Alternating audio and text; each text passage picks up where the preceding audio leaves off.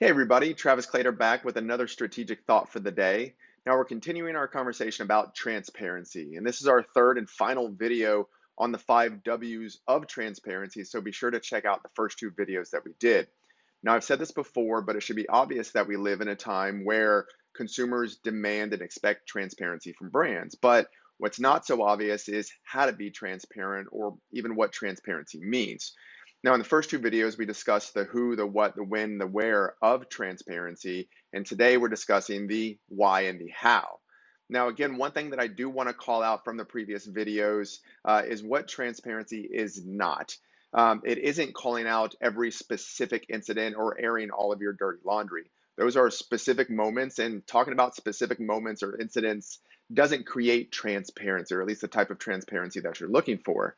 Again, I'm not saying hide these things. I'm simply saying think of transparency a bit more strategically. So make sure you check out the first video about that.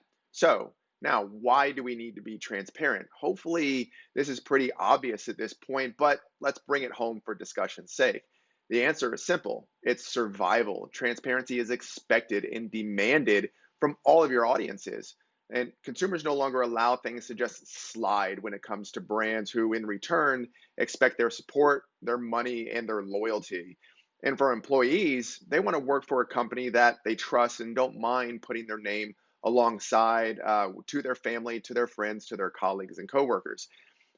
Embracing a transparent culture helps ensure that you have the support of all of your audiences, both internal and external. And when you have the support of your audiences, you're helping ensure the survival of your company.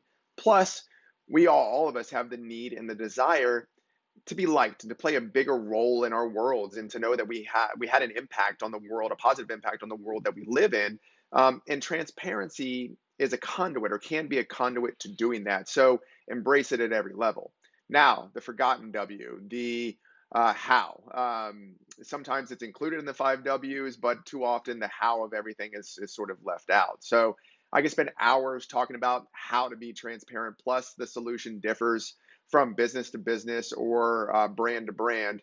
So I wanted to give you just a few tips on how you can be transparent that translates across any business or any brand. First, embrace transparency as essential. Since we're all living through a global pandemic right now in a world of chaos, I thought describing transparency as essential would really hit home.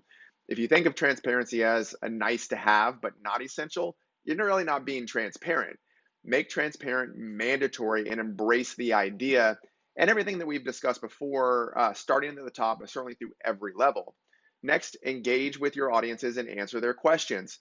People want to be communicated with, not at. This means having a dialogue and creating open lines of communication. Yes, this applies to internal audiences as well as external stakeholders. If you're engaged on your social media channels, take the time and allocate the resources to ensure that you're engaging with your audiences. If they post a comment, respond and engage with them. If they ask a question, provide the answer to that question. Treat these audiences the same way you treat a friend or family member that reaches out with a question. The expectation is that you would provide a response. So meet that expectation before it becomes a demand from those audiences. Next is no comment. Definitely not acceptable anymore. There are 100 ways to answer a question, even if you don't have all of the information to be able to answer it fully. We often see no comment related to crisis situations, but the idea of it translates to all of your communications channels and initiatives. If there's an accusation or a question, engage and answer the question, like we said before. If you don't have the answer, let them know that you're going to find it. Whatever you do, don't let it go unengaged with, and certainly don't comment with no comment. Finally, have a crisis plan. It's a fact. Every business or organization out there is going to face a crisis at some point. If nothing else, every business out there has faced a crisis with the COVID-19 pandemic. That means you need a crisis plan that goes above and beyond your day-to-day communications efforts. Planning for the unexpected means you're always prepared, even for the unexpected. Do the work now and manage the crisis effectively when it gets here. And there's your strategic thought and the last of the videos on transparency. Thanks so much for joining me for this one. Be sure to check out our other videos on transparency as well as other posts and even sign up for our newsletter at tcstrategic.com. Thanks so much and we'll see you soon.